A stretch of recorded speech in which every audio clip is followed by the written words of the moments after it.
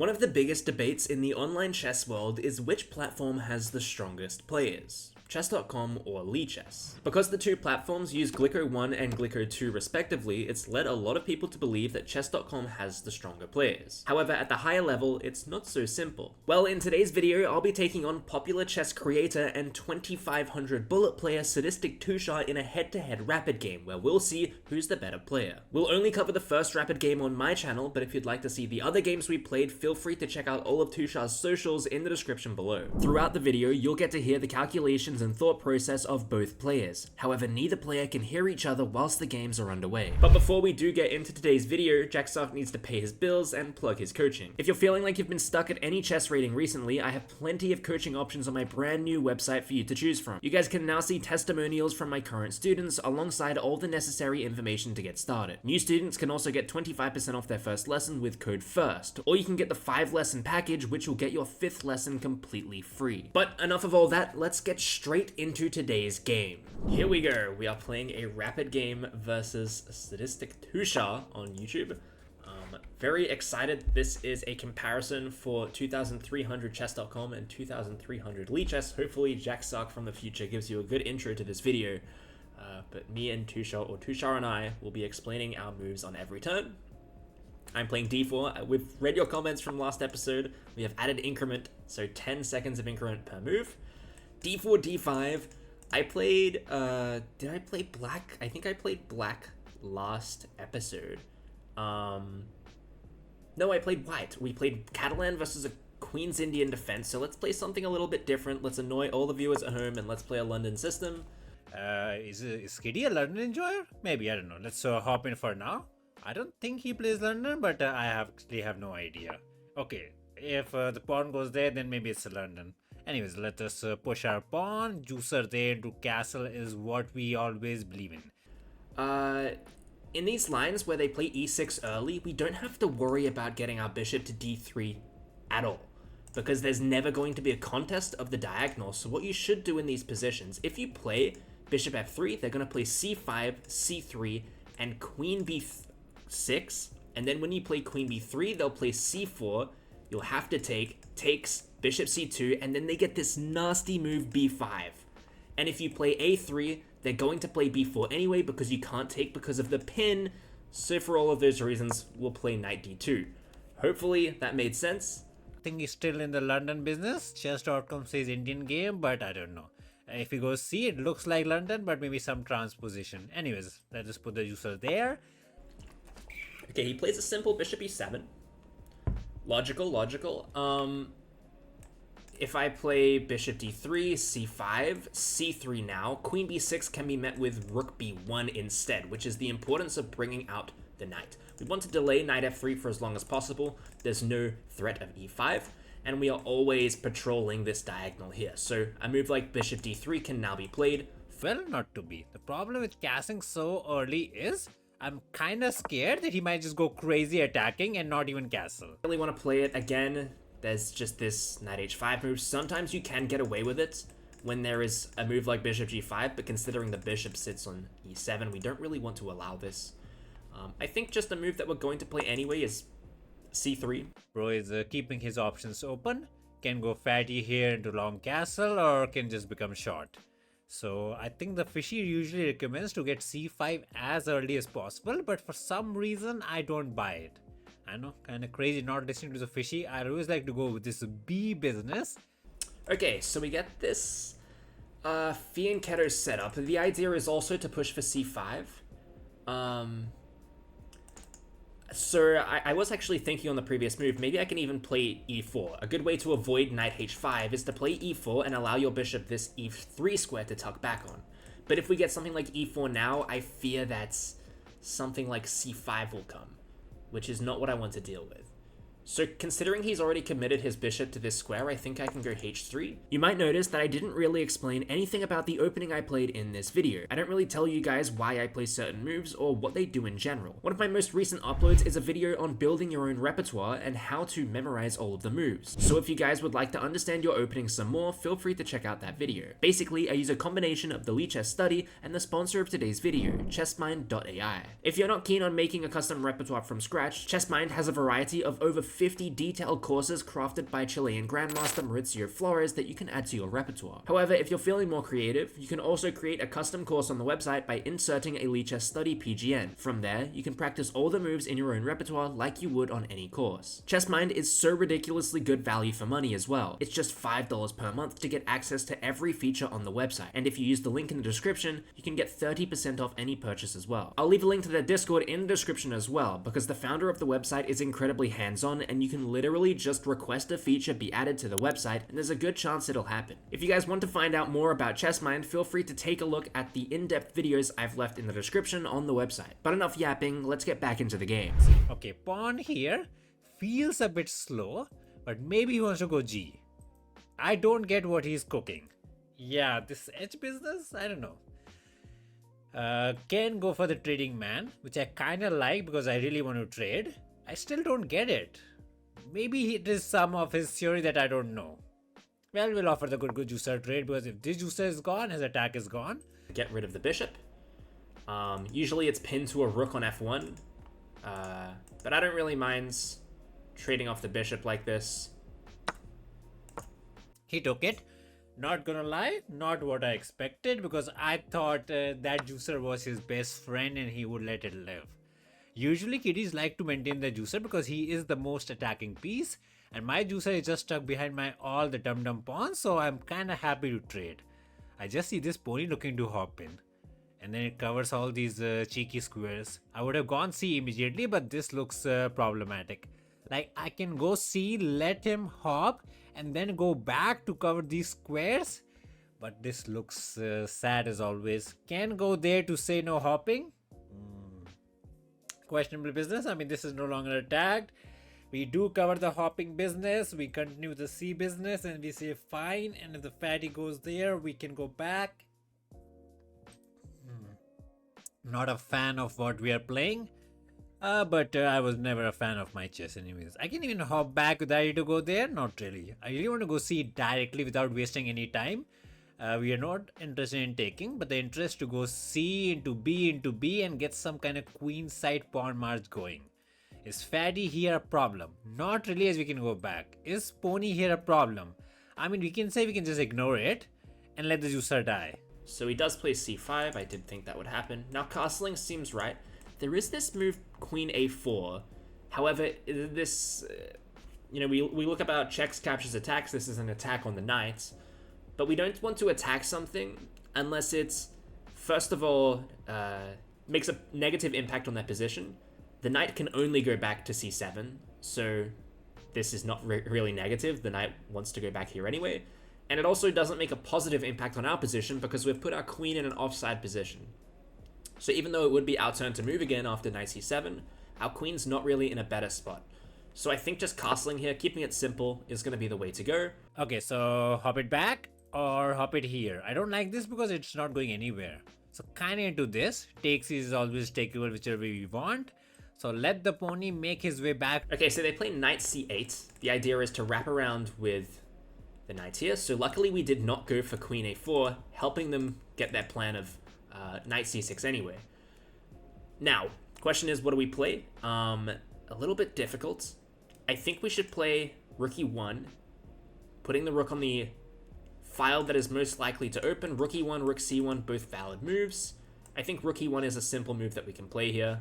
Yeah, I think it's a very nice idea, but no need. Oh, I kind of rushed it. I don't know if knight d7 is the right move, actually. That feels wrong. I feel like knight c6 just also holds this square and has a little bit more potential. So I don't really see what... I guess the idea is maybe they want to jump their knight into e4 now. This kind of gives me the green light to jump into e5, though, with my knight. My knight's not really doing anything apart from preventing this e5 push. Can I go knight e5? Knight takes... Can I play pawn takes? I think knight e5 is the correct move to play regardless. It feels like the correct continuation. Feels like maybe the only continuation. So let's play knight e5. So he's offering us a trade. I can take it. I really want to take it because I don't believe pawn takes is better for him. Now we've got a big decision. Do we want to take here, allowing knight d7, or do we want to take with the d-pawn? Taking with the d-pawn, it removes the defender of the king, also puts our pawn under fire. So let's say takes knight d7. I would not mind something like queen h5. Or takes knight d7. Can I just play queen g4? I want to make this game messy. People accuse London system players of being very boring, and I really like to make these kind of imbalances to stop that from happening. So d takes e, knight d7, queen g4. Okay, let's say king h8. I feel like we're already making a positive impact on the position. And then let's say something like knight f3. Maybe knight f3 is rushed. Maybe we can go rook a d1 first. I'm gonna do it. I'm not 100% sure that it's correct, but let's play d takes e. Yeah, I was kind of expecting pawn takes, but Juicer takes felt a bit pointless. I cannot go there because it's a freebie. Also, he would have just saved it, so kind of pointless. This is a choice, but it's very committal. If he ignores it, then it's fine, but what if he takes? He'll never trade the fatty and go into some boring, depressing rook pawn endgame. He'll probably go some fatty here trying to win the pawn, and the pawn looks toast. So, Mr. Pony, long live the pony. 94, if you wanted to really make the game weird. But let's go with our continuation here that we spotted before of queen g4. Fatty is out for the shenanigans. Juicer here already looks good. So maybe some kind of immediate damage control is needed, like rook here. So that if the Juicer goes there, we can actually push and we don't fumble. So safety first, as the kiddies like to say it. Safety first, as the kiddies like to say it. Okay, so he plays rook e8. The idea is that after bishop h6, he just wants to play g6. This is logical. There is no intermezzo, by the way. We would checkmate before he is able to grab that pawn. Maybe this is a good opportunity, though, to play bishop h6 anyway and take advantage of the fact that that f4 square is now vacated for a pawn to join in. So bishop h6, g6, and f4 feels like a great continuation to this plan. I can even relocate the pony to here, but now he's asking us to commit. I almost want to take the pawn, but that's a mate, sadly. I don't want to commit this. I think his plan is, once I go Juicer here, he might go some kind of F business and keep the pawns protected. Not too much of a hater. Do I push it? They say never push the pawns in front of the king. But we have the dark square Juicer to cover the dark square, so it is possible. But this just looks nice, you know. We save it. He goes Fing, and then what are we doing? Yeah, it's not up to us, right? Push looks nice. He will still go F, save this, and yes, I can offer a trade, but he'll probably just go back and say no trading for us. But I still like it. Maybe I'm just a bit too careless. Now we go with f4. We want to defend this pawn. We don't want to bring this back. F4, they could try and trade off this bishop. I'm not opposed to that. I mean, we could also just drop back and tempo the queen, but I think f4 is the correct continuation anyway. Feature to set up. So we're breaking every single rule. Because we believe we can take. And there's no pushing. We got the control. And we think we are better. Juicer here is nothing, right? He just saved the rookie. So I'm kind of want to trade. I mean, I can let the Juicer live. He's kind of stuck. I can continue with our business, that is to push and try to hog the point somewhere fancy. This pawn break is on the problematic side as always. So what to do, man? I really don't want to waste my time putting this, letting him take because he's happy to trade. We take, I don't know, with the rookie or pony or whatever. He's happy with the business. He gets the pawn breakthrough. We take and the pony hops in. Yeah, it's a nightmare. So his plan to push into takes, into pony here, into here is a bit of problematic. So I guess we don't have the time to waste it. We need to figure out something about this business. I can try to ignore it, but it's a bit fake. I would like to hop here, but not in time. If the queen could go there and force a trade, life would be better, but not to be. I can go somewhere random, say we are chilling. He does his business. We try to counter his business, but then this is incoming as well. Not that simple, but he is... he's cooking, man. Who lets these kiddies cook? After push, can he take and take? Yes, in some way. Yeah, so maybe this pawn push was not as good as we thought, but nothing was good. It's all problematic. I want to go crazy, but he can take it, and whenever I take back, this pawn dies. Can take with the Juicer. Not too shabby. We just said don't push the pawns in front of the king, and now we're pushing not once but twice. F it. The good thing is the queen got to move, it does not take. There's no push here, and he's kind of completely stuck. So he's kind of committed to take it. We take back with the juicer to save the pawn. Yes, he has pawn pushed. What's the claim? I don't know. We just go barack and trade and say life is the best. That is the claim we are claiming. I can just go there and let him push, and we got any brain? No brain at all. Yeah, just go back, be the trader, let him take, and say it's fine. It's never fine, man. Whenever you say it's fine, it's never fine. F is so committal, it's crazy. We should never play it, but I don't want to be one of those sitting ducks. So F it. He got to take it. Can't take with the pony. Got to take here. The pawn lives. He gets the breakthrough he wants. We go barack looking for the trade. He can take if he wants. We will hop in and we believe we're fine. I'm not a fan of this. We spent a big chunk of... Okay. I actually didn't see that. So if I take like this, he can't take with the knight because it drops the pawn. If I take like this, he can play this, defending this. Takes with the bishop. Is this gonna fix his problem? It takes up the square that his knight really wants.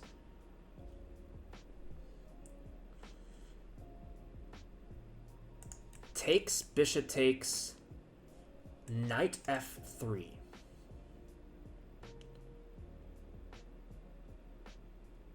I kind of want to en passant. I'm not sure I see a world in which we will get a better position if we don't en passant here. Because if we go back and respect the tempo, what is going to happen next?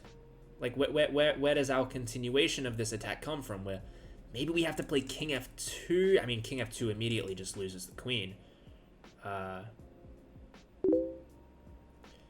I'm not really sure where our continuation would be. Like, let's say queen f3, for example. Bishop f8. Things are getting traded off. Maybe bishop f8, queen, bishop g5, bishop back, takes. We're going to have to eventually respect that trade. I just don't see it. I think taking here is the only way to keep this chaotic mess in our favor. And we've taken a little bit of time off of his clock. He takes back immediately. Now I do like the idea of knight f3. Knight f3, is he going to try and push? But then I can push. Okay, I think this is all working out in my favor still. Let's play knight f3. Yeah, he went for the pony hopping business. We can go queen here. Any kind of pony hopping is choppable, so not too shabby. Juicer here is still a choice. With the idea to hop in. Say we want to be the poking man. He can hop and poke us. I want to go there, but again, I'm afraid he's not going to take. But go there and just be as annoying as humanly possible. And if I hop, he goes there and pins us. And it's problematic. Can I push this way? I kind of did not see it. But the thing is, he'll never take and let us be happy. He'll probably push and try to pin and win and create chaos as always. So maybe just go queen here and say, what is your plan? Because your hopping is kind of under control. Questionably, but something is there. Well, let's bring the fatty queen into the action. He's played queen e7. I'm not really sure I understand queen e7. My idea was h4 is now possible.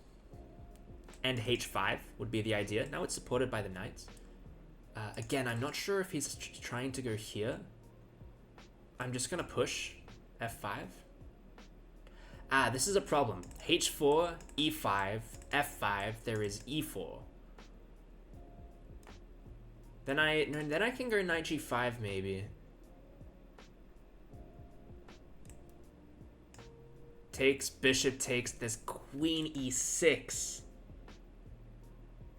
No, there's not. There's a pawn there. That's not possible. Maybe h4 is possible. Is there a better move than h4? I think maybe there is, but I don't really have the time to find it. I don't want to end up in a time scramble again, like last episode. So let's just play h4 and look to play h5. Okay, so simple idea. Push, pin, a double attack, and win it. Can't get simpler than that. Luckily, we have queen here to get protection, but not the biggest fan. Do we go there? Let him go there. Put the fatty there. and say we are cooking. He plays bishop g7, trying to trade everything off. We don't have any kind of deflection tactic. We do have just takes. I think taking might be the way to go. We could also play bishop g5. Now this is interesting because if he takes, I can take back and make another imbalance in the game. Really liking the imbalances, so I'm thinking this will be the way to go. If he blocks with his bishop, then I can just continue with my plan and play h4. And then if he takes, maybe I take with the knight, but then he has h6. Then I go back. He can't really go here, takes. Okay, no, I like going back. I like bishop g5. I think this is good. If he plays this, I'm gonna take. Ooh, okay. He doesn't want the trades. He doesn't want the imbalances. He wants to stop h5. Okay, that makes a lot of sense. Maybe now I can strike with e4 and try to target this backwards pawn. I like e4. We have to make a move. Ooh, wait. This is a threat. Okay, h6 is being threatened right now. Ah, h6 is being threatened. Okay, how do I fix this? If here, h6, that's not good. I think we have to play h5. I don't hate the move h5. I think we have to play it. Pony business, so he ignored it. Makes sense. Technically, it's a free pawn because we have the queen. But you should never take a pawn like that. Good thing is he can't go there directly because there's an attack. So he shall go here or somewhere to say no business, but it is a free pawn. How can I say no to it? I'm such a greedy player. We take the pawn, he goes somewhere in the corner. And what's the plan? I have no idea. But it's a free pawn. How can I say no to it? So he takes. Where's the best place for this queen to go? I like queen h3 because it supports the potential of f5. Queen g3. Let's say e5 takes. You know what? I like queen g3 actually. I'm going to change my mind. So the queen goes there. We shall go to the side to avoid any kind of shenanigans from the win business down. h8. Is he trying to use this file? Wow, okay. I think I want to go. I think we have to go something like bishop h4. Yeah, the pony is going to sit here. Create chaos. So rook here, let the pony hop. We put the queen there. Or do we go juicer here trying to get rid of it? He'll hop in anyways. Well, I kind of want to go there and offer some nice queen trade. But he's never trading, right? Yeah, he's kind of never trading. He'll probably hop the pony this way. And yes, I can look to push it, but there's some dumb checks looking very cheeky. But let's offer the good queen trade.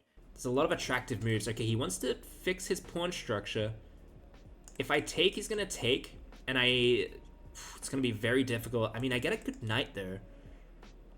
I think I'm going to make this trade. Wait, is that not a free pawn? Okay, that's just a... Okay, he's saying the pony is good. But without the queen, the attack is kind of dim. Okay, he's attacking. We are fine. How do we get rid of this dummy? I kind of want to hop into hop, but that's not the way to get rid of it. I kind of want to go there. Take it. And believe in my pony? That's not what... also, there's a check here. Got to be careful with the idea to go somewhere. So a bit of precaution is needed. So rook here, he's gonna go for some push business and whatnot. Yeah, pony is problematic. I want to go there, let him check if he wants to. We activate the king. If he wants, he can hop. So the plan is to just go there and take the pony down and believe we got it.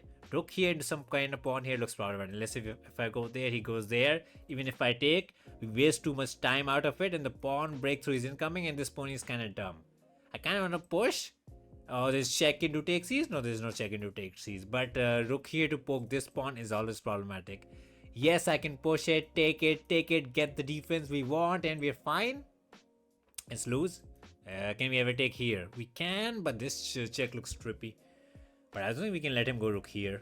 I mean, I can go there to get the protection we need. Check is fine-ish. This is not that simple. Can I push here with the idea to sit the pony here? Looks interesting. TC is not there. Check is there, but we are fine.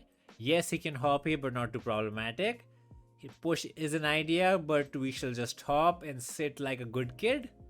Okay, so we're putting our faith. Okay, that's an interesting move. So if I go here now, he wants to push. Let's just quickly... Okay, he puts the rookie on the open file. Makes sense. The check is still there. Got to keep an eye. But he just goes there. It's not too shabby. Takes is nothing. Let me hop. The pawns save each other. I think now is the correct time to play e4. e4, he can drop his knight here. I don't really care about that though. I'm just gonna play rook e2. Okay, he pushed it. So I was kind of expecting it, but I still kind of forgot about it. Because I thought the pony was covering it, but it wasn't to be. So if he takes, he will take the rookie and will win the pawn. But I think I can go there. That way we poke the rookie, and if he takes, we can take back and the pawn lives another day. So Mr. Pony, let's hop. Oh, he's playing with the pace. Is that not a free pawn?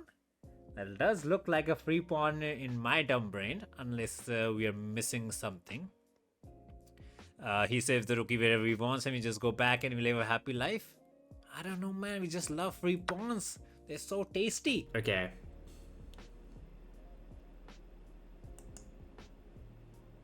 So where should I go here to kind of fix my problems?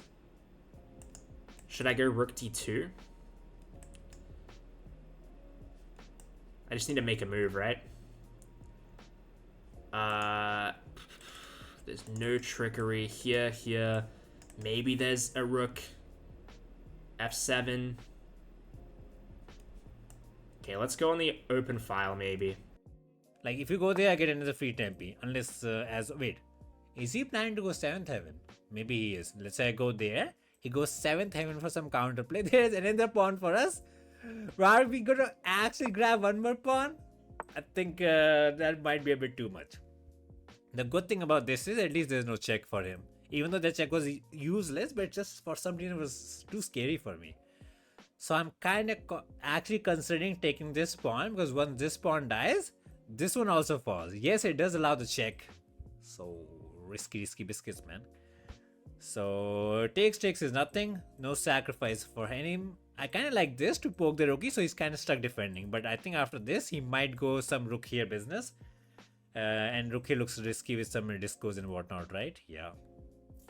Oh, we saw some ghosts. Anyways, let's go there. Let him go here. Takes, rook takes is losable for Mr. Pawn. How do we get rid of this pony? I can technically hop back, poke him. He can't go here. Got to go somewhere sad. But he does not achieve anything out of it. I really want to be a pawn grabber, the greediest of the grabbers. He might go rook here, wait, what is he threatening? I don't see what he's threatening. Maybe I'm being dumb, but I can just take the pawn, let him do whatever he wants, and then just come back. He goes like this. Now I've maybe got rook f1.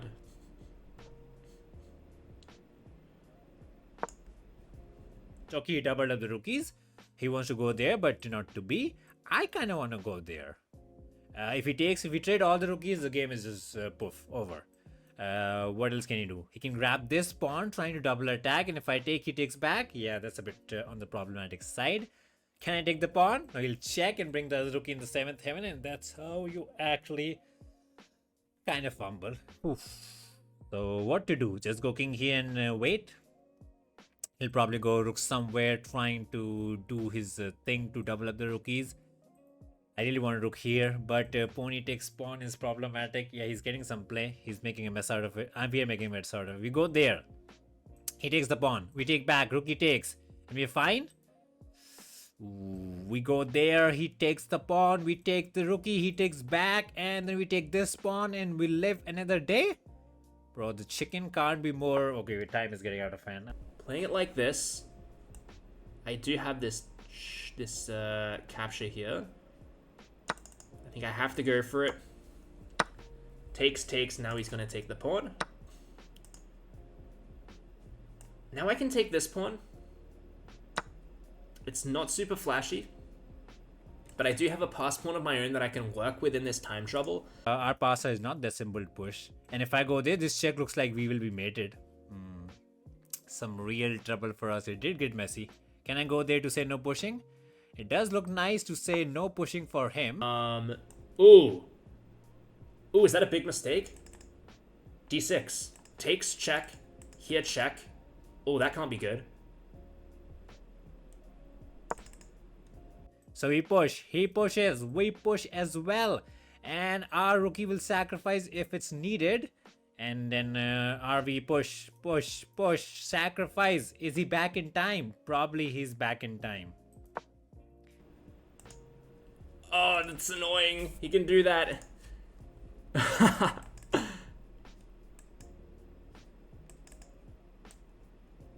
But I can do this and go here. I guess this is the better way to stop him, and his becomes a bit more problematic. I think we have actually messed it up. But this actually just stops the pawn very simply, and we have no way to stop it except to sacrifice. Also, there's a check ID to get the queen for free. So I think we messed it up in the end somewhere. Any good way for us to do some miracles? Maybe we could have actually taken the pawn. We didn't calculate properly. Anyways, let us push. He goes there. And is there any way to block the diagonal? I don't see it. We also don't have this to stop it. Yeah, I kind of forgot about that one. So we fumbling. We actually fumbling. I can go there, but rook check is the real problematic one, right? Because he takes and gets the queen for free. Let's try. I don't think this is the way.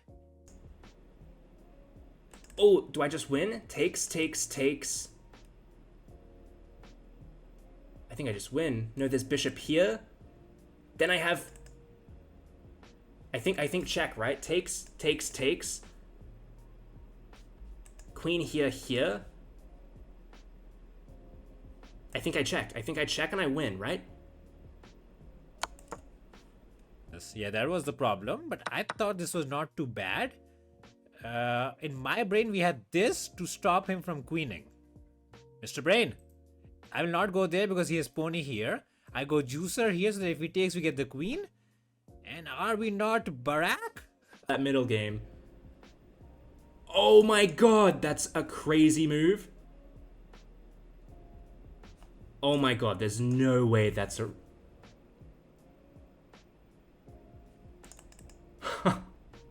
Wait, can I... Is this even... Here, check, king here. Can I take this? Wow, that's such a brilliant move. If I go here, the issue is he just takes.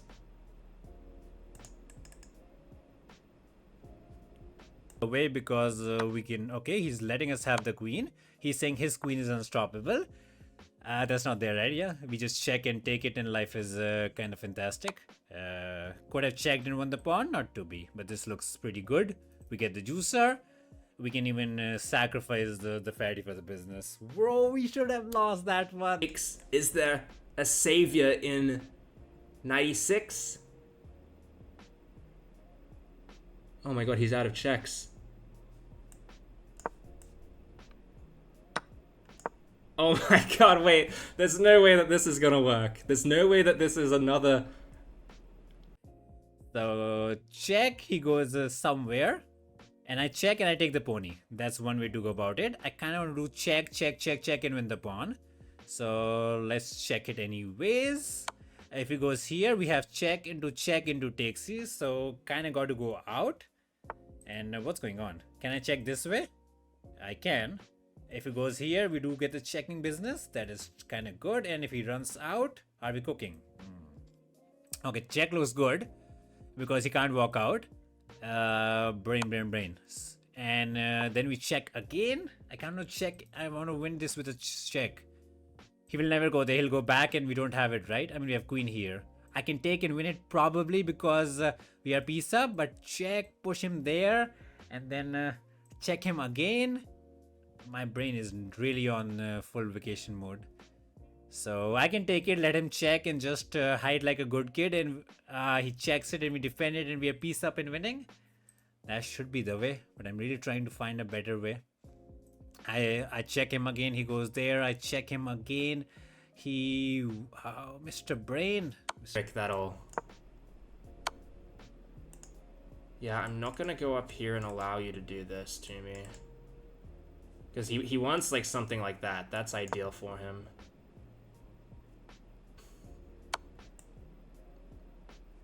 Oh, don't go there and blunder it with check. Wow. Oh no! He gets it anyway because he gets this check. Wow. So maybe I should have gone up here. Oh no. Yeah, if I had gone up here. Oh no, he did have this check, right. So I think it's just all losing. Oh, that's such a shame. Which way do we go? Okay. We'll go King G1 and now we do lose. Wow, what a game though. That's such a cool game. Okay, good game. We'll review this game with Tushar. I'm so happy we had that game. That was our first game as well. That's such a cool game. So I'm going to quickly and independently analyze this game for you guys. I actually did analyze this game with Tushar, but he didn't record his audio, which is kind of my fault because I told him not to. I just meant it in a different way. But I do have the recording of our analysis. You just can't hear Tushar in the video, which kind of makes it a little bit pointless and difficult to follow along. So I'm going to analyze this game by myself. It was such an incredible game. I'm so glad that this is the game I got to play for my channel, and it wasn't one for Tushar's channel, because this was a really, really instructive game, and I did like a lot of things about it. So we get a London system, d4, d5, bishop f4, and knight f6. I said during the game that we want to play e3 to cover the h5 square. For example, if we play something like knight f3, black can go for these knight h5 ideas at times. It's not the best move because white does have this bishop e5 move, and it can evade this kind of knight for a little bit, but it's something that I don't prefer doing. So if I can, I would rather play e3, which is also just a theoretical very good move. So they play e6. One important thing that I mentioned in the video, and this was the very long line that you would have seen at the start of the video, I was flexing a little bit. You don't want to play bishop d3 too early. There is no reason to go and control this file. You'll see, whilst it is a book move, actually there's no, let me see if I can, there we go, we have the eval bar. You can see on bishop d3, you do lose a little bit of that advantage, and this is the reason why. Sorry, bishop d3, you lose some of the advantage. The reason is c5, c3, and queen b6. And now you can't play queen b3 because you'll get forked. The engine wants to move queen c2 here. I don't really like this move either, because something like black gets this very nasty idea of bringing all their pieces. So let's say knight f2, they play knight c6, let's say castles, they play rook here, and now they're suddenly threatening to take here. So let's say you play rook e1, suddenly black is better because here, and takes, and actually not takes, what is the move? Knight b4. Knight b4, forking the two pieces. If you move your queen, takes, and that's a free pawn, and we don't want this either. So this isn't something that I really prefer. So you would have to go down this line where they play queen b6, queen b3, they would play c4, forcing you to trade off the queens. The bishop has to move somewhere, and then they get this move b5 in, and they're going to undermine your structure. You can't play a3 because b4 comes anyway, because after c takes, there is bishop takes check, and you cannot take because of this pin. Actually, bishop takes check is not the correct way to play. What is the correct move here? Apparently just knight c6 is a good follow-up, but black is still very much better in a position like this. So that's the reason that you want to go knight d2. There's no reason to control this file, because the bishop isn't going to contest for it anymore. The likelihood is the bishop will come to b6, or to b7, sorry, or a6, and b6 will be played. So we play knight d2 because now after bishop e7, we can play bishop d3. You might be wondering what's the difference. Well, the difference is now we've got our rook here. The rook can slide over to b1, and we don't have to defend it with our queen. So rook b1 is the best move there. So that is the slight difference with playing bishop d3, Tushar castles, and I play c3 anyway. Again, I don't want to rush with this move knight f3 because I don't want knight h5 to come, and c3 is a move that I want to play anyway. Now they play b6. The idea is to bring the bishop around. I play a very slow move here of h3. I could have just played apparently g4 even, just springing forward an attack. But I go with h3 because I want to play knight f3 without having my bishop potentially trapped on this side of the board. I was even thinking maybe I should consider playing e4 here, but I just thought that maybe there was c5, maybe d takes, knight takes, and apparently bishop d5 is going to be a good move here. And we haven't really made any progress here. We've just let kind of black get a little bit more developed with some tempo, so there's not really any point to doing this. In the end, I went with h3, which is not a terrible move. It does allow bishop a6. I don't really have a choice here. I don't want to put this knight on the square that my other knight wants to go to, so I trade off, and then I play knight f3, and Tushar plays c5. This move is always going to come if you're playing the London system. You always have to watch out for this c5. I decide that in a position like this, I can just castle, bring my rook to e1, and play very slowly. He brings his knight back into the game, wants to bring his knight back over to c6 or d7. I play rook e1, trying to get my rook onto the open file. Eventually, maybe I'd like to play for e4, and he plays knight bd7. Now, at any point in the London system, you always want to imbalance the game in some way. The London system gets a very bad name because people that play the London system are very unambitious, but you can play the London system ambitiously, and that's exactly what happens in this game. So I immediately drive my knight up, knowing that if he's going to take, I'm going to take with my d-pawn and imbalance the game in some way.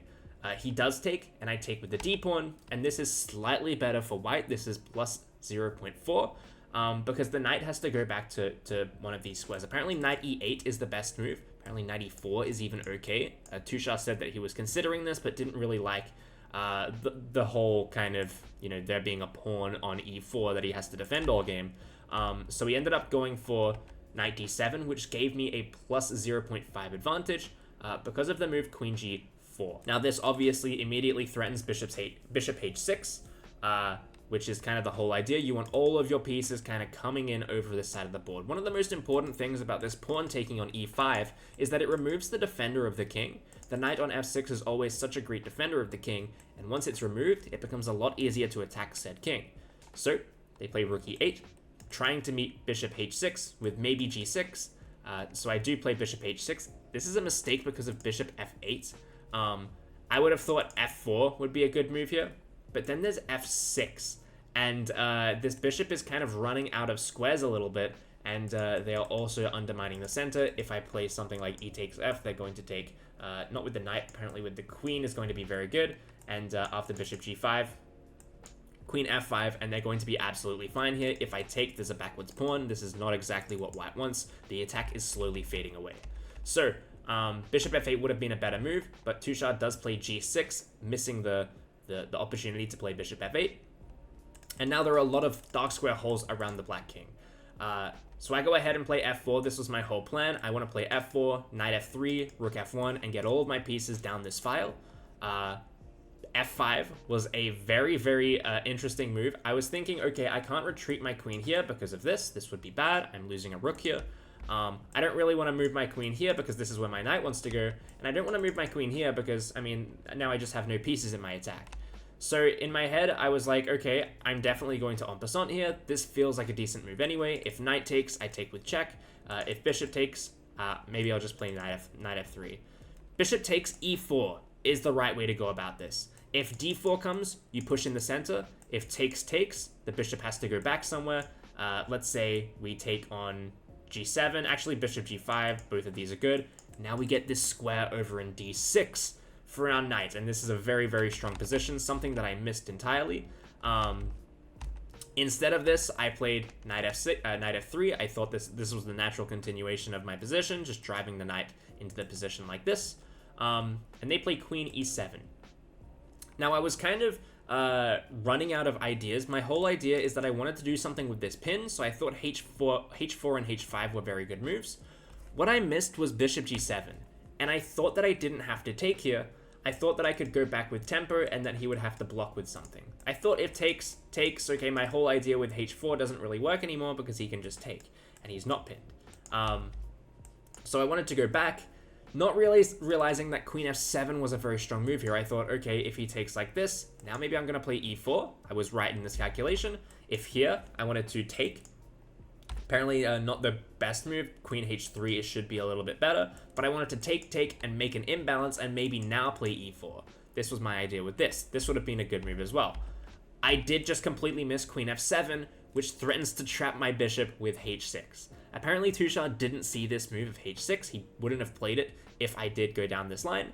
Well, this is the line that we went down, but I play h5. He was saying he thought that I just blundered a pawn here for no reason, but it was actually so I didn't get my bishop trapped. So he takes, and I drop my queen back to g3. King h8, the idea is to slide some rooks over to g8 at some stage. And I play bishop h4, anticipating this h6 move. Now, this endgame was so instructive, and there are a lot of really important things that I want to talk about. First of all, the time situation. I probably didn't play this as well as I wanted to, because I had 2 minutes to Tushar's 5. He is a very good fast time control player. He's 2500 bullet on Lichess, which is no small feat, don't get me wrong. But he did play this queen g6 move. Now, you might be wondering, okay, the whole idea for me should be to try and win back these pawns. I didn't think so. I thought that in the time trouble that I had, trading off the queens was the only way that I don't get flagged in this position. And I think I was right. I think if the queens are kept on, I really struggle in this game because there's too many things to calculate. So I was okay to go down a pawn if the position was a little bit simpler. So I play knight g5 now, just getting the position a little bit more active for me. He plays c4. I maybe should have played something like e4. I was worried about e4 and d5. Apparently then, again, e5 is going to be good, shutting out the bishop. Even if d3 comes, we should still be in a decent position here because we can get this crucial d6 square. So I would have been okay to play that. I ended up bringing a rook, allowing knight c5 and allowing the knight in. And my position slowly starts to fall away here because I just don't see the correct moves. I allow this fork, a really big fork in my position. Let's not do another arrow because I don't want this video to get demonetized. But yeah, there's too many pieces hanging here. I play rook e2, allow knight takes f4, and then I go rook f2. And I do have some counterplay in this position, don't get me wrong, because I do now have this file. Knight d3 is the correct move here. And I go up with f7. There is no threat in this position, most importantly. There is absolutely nothing here for white unless black allows it. And he plays knight takes b2, and I take full control of this open file. Now, he does make a mistake with bishop f8, letting me back into the game. All of this evaluation slowly creeps up. Why? Because I've got takes, and after takes, the rook is forced to do something. After takes and takes, I'm hitting two things at once that can't be defended. So he has to take the pawn, and then I take on e5. And now this is very difficult to stop because the bishop is holding a very important square, which is the promotion square. So the rook can't defend, the bishop can't really get back and defend. And also the king is very unsafe, and he tries to sneak back with bishop e5, but I can play d6. I can sacrifice the pawn because it's mate in 7, and I saw this mate in 7 because after king takes, rook g7, here you can swing the knight back around and get checkmate like this. If the rook goes here, for example, I can go check here, and check here is also checkmate. I didn't see that one. I didn't look that far in. But this, I did know that there was a lot of checkmating ideas with d6, so you can't take the pawn. So instead, he plays c3. He's got counterplay of his own. I can play d7. He can play c2. Now what? Well, now my idea was that I'm going to play bishop g5. I can control the promotion square. And I thought that I was the luckiest man alive to have this kind of endgame after playing such a poor middle game. But it gets even crazier because he plays king g8. There are two ways that you can continue here. Actually, there's multiple ways. You can play rook f1, rook f2, rook e7, and rook f3. Those are the four moves that you can play that are going to give you an advantage here for white. For example, if this is played, you can't block the promotion square. You can't get any closer with your king. This is just a very dull position. You can try and play bishop f6 to displace the bishop, but I'm going to play rook e8 check. If the king goes down like this, I'm going to take here. It doesn't matter if you take like this. I can play takes with check, and no matter where you're going to kind of run into some kind of problems. We can even queen here and allow him to queen with check, actually, and there is just no way for black to win in a position like this. So there are a lot of winning opportunities. You could also just drop back and defend the promotion square. I thought I had such an insane win because I thought that I was always defending this promotion square. I thought that I could check This was forcing, takes, and he can't take back, he can't get close, he can't defend. If he does this, I thought, okay, now I play knight e6, and I'm winning surely. This is not okay. I completely missed this brilliant move. What a find, by the way. He had a minute on the clock when he found this. Bishop f6, brilliant move, and I can't do anything. If I drop back here, he takes this. This is not under attack. It's defended by the bishop, so I can't even have counterplay there. I thought maybe at the final kind of hurdle that he wouldn't actually be able to win my pawn. I thought here, and you can't take this, of course, because I just queen. Apparently, I think there are... Oh, it's actually... Yeah, it's checkmate, sorry, because it comes with check. But there are actually even moments where black can sacrifice the queen for the pawn, because there's just so many pawns for the black side. So I actually don't... I thought that the pawn was held and the promotion square was held. I might have enough here, but there is queen f4 check, g3, and he can take my bishop. But now I thought, oh, maybe I have knight e6, and he can't take because I have a queen. This is not really the case either. He could even let me queen in this scenario, and after takes, he's just got too many pawns. This would be a win for black. So he continues though, queen f2. We shuffle the pieces around a little bit after all the checks. He wants to be able to take this knight with check. So now I can't go up because he takes with check and takes the pawn. But if I go down here, he also manages to pick up the pawn with a fork, and there is no winning for the white side. So this is a very good game, a super cool endgame. I was very happy with this endgame. I just didn't really have enough time to do what I wanted to do in the middle game. I made some mistakes, but a really cool game nonetheless. I hope you guys all did enjoy today's video. Let me know what you guys thought about the time control, the time format in today's video. Was it better than the last? A lot of you guys left comments saying that we needed increment. We might need more increment because both of us got down to pretty low time, but I think it was a lot better than last video. If you guys want to see the second game, I'll leave all the links to Tushar's channel in the description below. But apart from that, I hope you all enjoyed, and I'll see you all in the next video.